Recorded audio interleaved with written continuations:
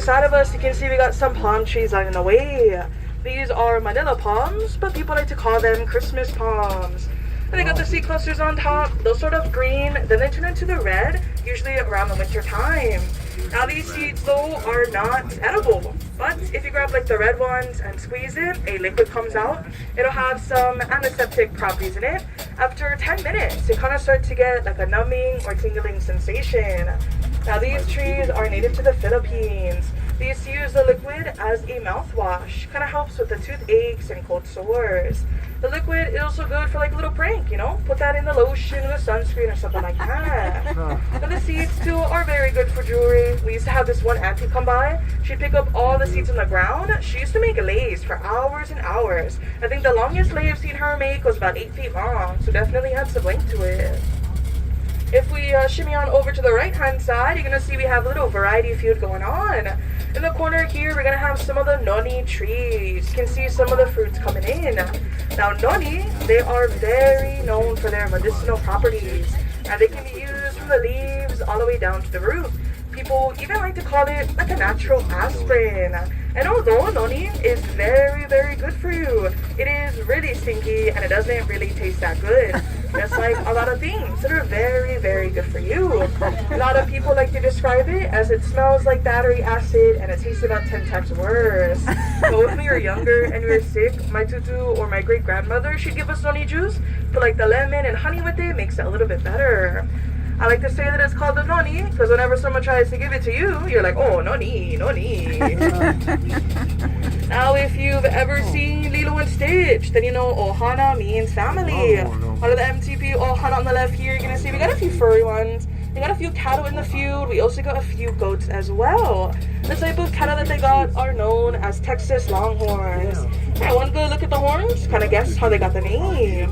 We're going to have the youngest one in there. His name is Nemo because they're always trying to find him in the field. Okay, so we got our two older ones. We got Hino on the left and the Major on the right.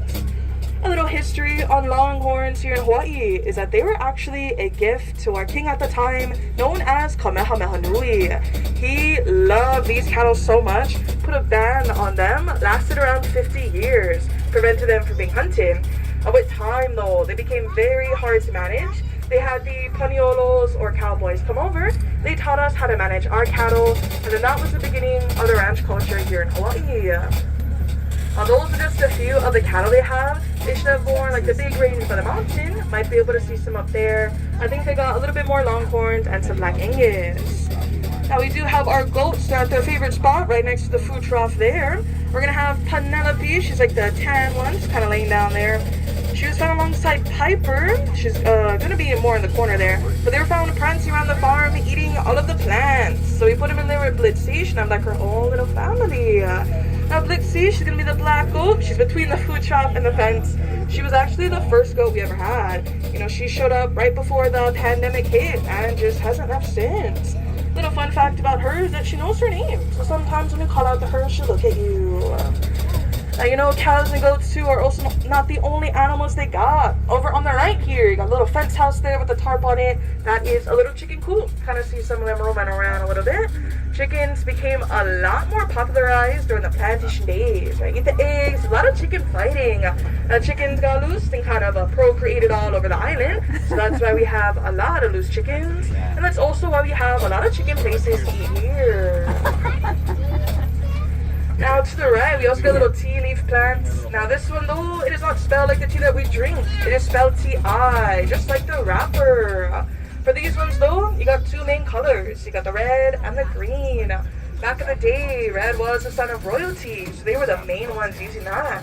Tea leaves though were used for anything you could think of. Wrap food, makeshift slipper, rain cloaks. Nowadays, it's mainly in the lei form or garlands and in hula skirts. Now the Hawaiians believe when you plant it in the four corners of the home, it'll bring in good luck and get rid of evil spirits. And then now, if you're a little bit more adventurous, to the left here, we got like the big brown structure. That's for the Maui Zipline Company. They're a family-friendly company. Take people ages 5 and up. And they take you all over, kind of see everything from a bird's eye point of view. Sometimes you can even hear them scream when they go by, but you never know if it's joy or fear. But if you are interested in the company, you can go ahead and check them out online. Now, me personally, I have not done the zip line. You know, I do prefer my adventures on the ground. Doesn't get better than that. Over to the right, we also got the one and only jackfruit tree. We got a couple fruits coming in on top, but we got one bigger one towards the bottom. A jackfruit is the world's largest fruit-borne tree. It can grow to be 2 to 3 feet long, usually go from like 20 to 60 pounds. And usually the way to eat it is you cut it in half. It'll have the yellow pods on the inside. That's the fruity part. People say it's more like a fruit salad. You got that mango, pineapple, banana all in one. Now, if you ever have the juicy fruit gum, the flavors of the gum is actually based off of the jackfruit. Oh.